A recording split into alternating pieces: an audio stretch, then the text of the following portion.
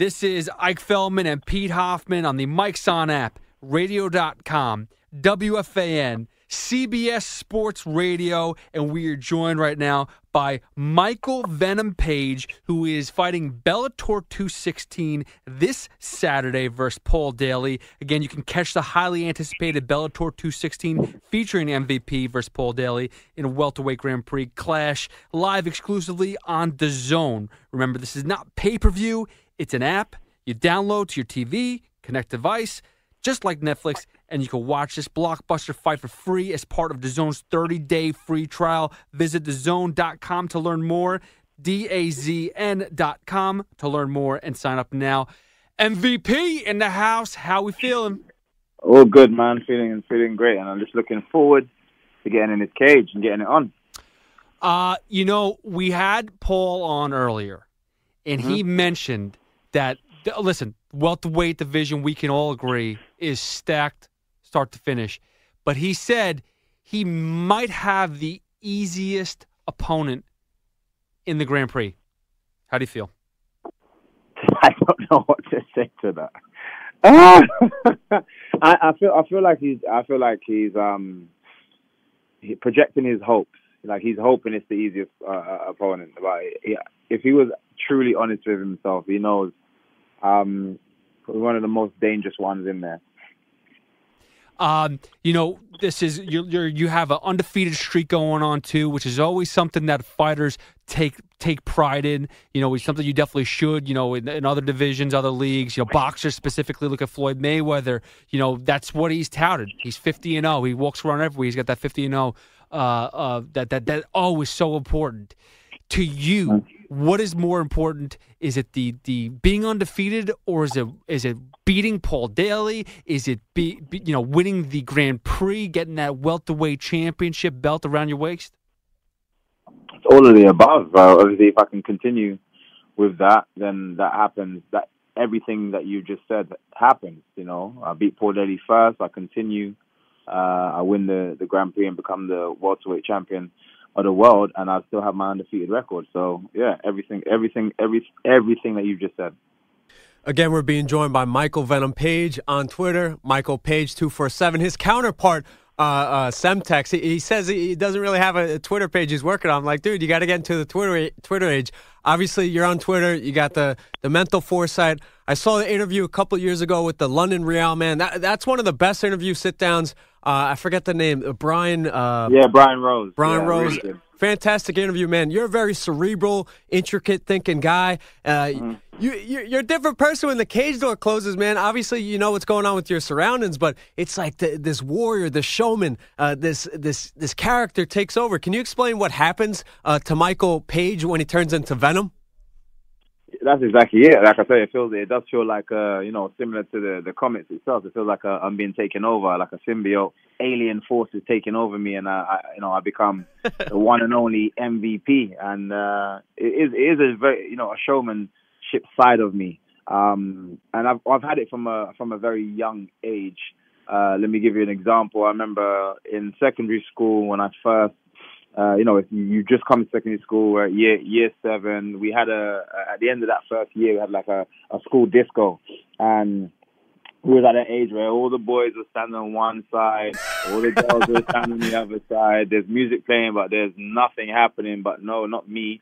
I was the only person in the middle of the dance floor, and I was dancing from the beginning of that right the way through to the end, and like nobody would budge, everyone was just staring at me dancing. And that's me. I enjoy being on a show. I enjoy entertaining. That's just my personality. Amazing, man. And it's looked great. I've seen some of the old footage of your karate tournaments. You've always had that style, man. I remember where there was like some intermission, and I think you were facing Raymond Daniels. I don't think that match worked out for you, but you guys started breaking. I was like, what the fuck's going on? It was amazing. And again, people asked afterwards, like, did you guys plan that? We were like, nah, just the moment just takes you in it. You know what I mean? It was funny, man. Yeah, definitely. It worked out, man. Obviously, your career's going fantastic. Scott Coker's got you one of his prized possession. This is the biggest fight that you got from Paul Daly says that you're an easy matchup. I kind of jumped in there. I said, dude, John Fitch is kind of older. Grayson Ruth is kind of grappling. Khorshev's kind of a wash right now. I was like, you're the toughest matchup. I don't know if maybe he's convincing himself, but for you now, is there anything you're scared of? Like, are you worried that Paul maybe's learned how to throw some high kicks, spinning kicks? We all know about the left, but how's the preparation going and how's the visualization going? He definitely doesn't do anything different. He's got a one-track mind. He's going to search for my chin with his left hook. He's got a nice right eye, but doesn't really land often. It's more to draw people back towards his left hook. He's been the same way for well over 10 years, and I just don't see him changing in any way, shape, or form. The danger is his power, but at the same time, a lot of these guys in the cage now with 4-ounce gloves on can be very dangerous. And the positive about me is I don't get hit, and I'll try to keep that going. So all of his power means nothing if it doesn't land. Again, being joined by Michael Venom Page. You know, one thing I read, and I just confirm it for me, you're a vegetarian, correct? You just recently? No. Thank goodness. I was going to say, I don't like you anymore. Okay, good. I was going to go into a whole... Everyone keeps kind of... I've been vegan, I've been vegetarian, and this, that. No, I've actually cut out red meat at the moment. A lot of chicken and... Just mainly chicken and fish, obviously like turkey, things like that. Are you gluten-free? Oh, no, I couldn't do that. Well, not right now. Not the mindset that I have. I just couldn't do that. But with that mindset, what is your specific diet? What goes into it? Do you have specific trainers? And again, a lot of times, like we talk about fighters, you know, making sure that you make weight. We saw some in UFC. We saw T.J. Dillashaw, you know, make that weight to drop 10 pounds to make 125. It was a gruesome it was a grueling project for him. Are you a very regime? Do you have that schedule that can put you to 170 without a problem? But then the day of the fight, what do you max out at? What do you walk into an actual day of the fight? So I cut to do it in kgs because that's how I normally do it. So I cut to 77, obviously, for the fight, which is the 170, and I probably end up walking around about 83, 84. So if we got it, now you're making us do math, man. What is that? 84 times 2.2. What is that? 160. What is that? 188, 190 something. Let's just say yes. Okay, so almost 20 pounds, but that's you're big. So do you like that? Do you think that's your as low as you can go? Is the 77 kilograms? Yeah, you could probably. I don't stress too much about getting there, so I could potentially go lower. But it's not necessary. I'm comfortable at the weight I'm at. I'm doing really well at this weight. There's no reason for me to go down. There's no fights I'm searching for to go down there. There's absolutely no reason at all. Honestly, I feel like I'm getting heavier. Each fight after each training camp, I'm putting a bit more bulk on.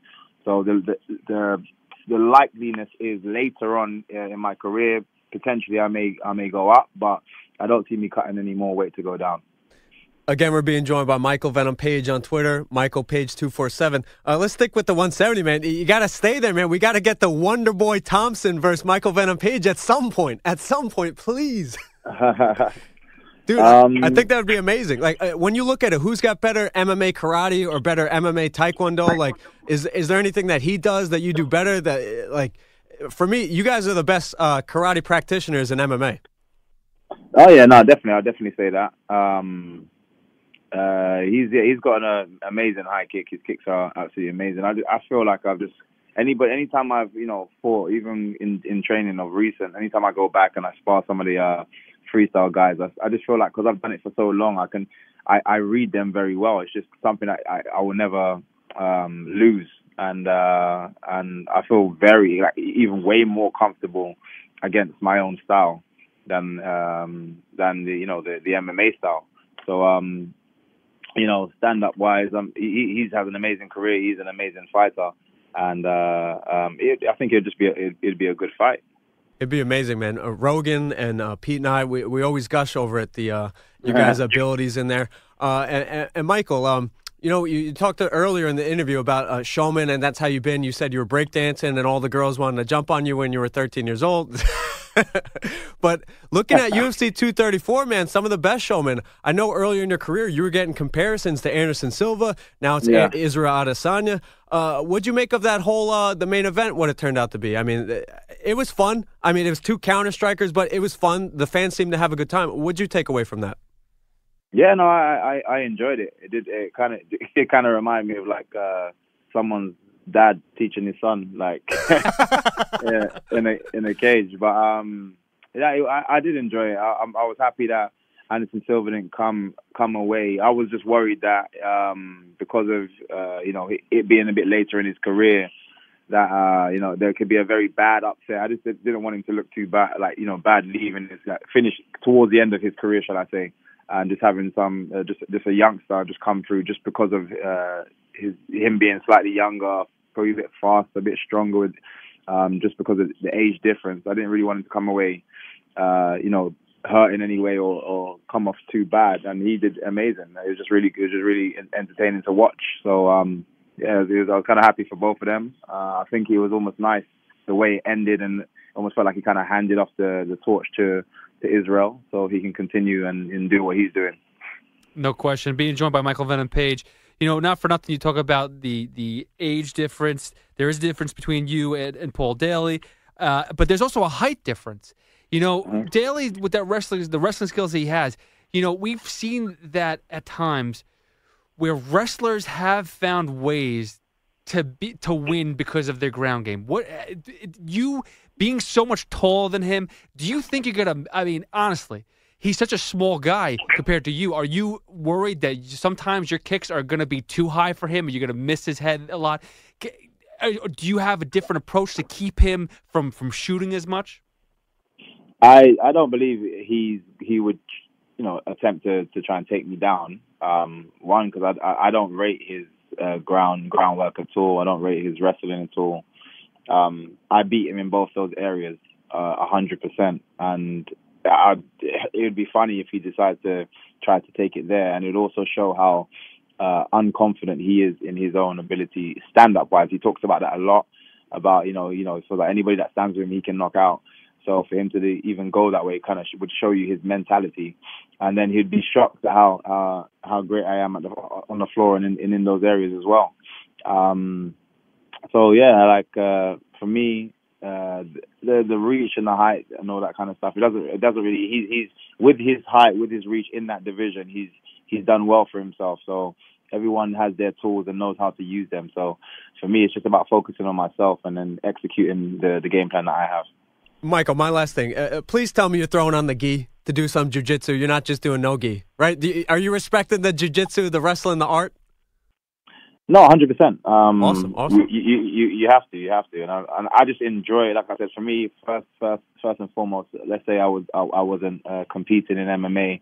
I just really enjoy learning these new arts and just throwing my body around into different things. I'm a very athletic person. So I really enjoy this kind of stuff. So I do it all, man. The gis, no gis, wrestling, just everything. I just enjoy it. Amazing, man. Hopefully you get the win this Saturday, Bellator 216. It's on the zone. It's going to be an amazing main event. Another leg of the Bellator Grand Prix. Michael Venom Page versus Paul Daly. Michael, you get the win. You do it in fantastic fashion. Are you going to New York? Are you taking a drive down to New York to eat some pizza? I would love to come back this way. I'm in New York now, but obviously can't eat any pizzas right now. But not this time. I'm actually going to celebrate with my family in Miami and Florida. So that's a nice place. That's where I'm going to be heading. So I'll have to search for a half decent pizza place out there. Listen, Miami, I think is fine. I think you'll do just fine. You'll find your way through there. The weather will be just fine. Again, Michael Venom Page again this Saturday, February 16th, Bellator 216 versus Paul Daly for the welterweight Grand Prix. Good luck, best of luck. Can't wait to watch. And thanks so much for the time, man. No problem. Thanks for having me. Have fun, man. Nice one. Take care. Bye. Later. All right. Later, Brian. Later, Brian. Yeah. I don't know why. I'm sorry about that.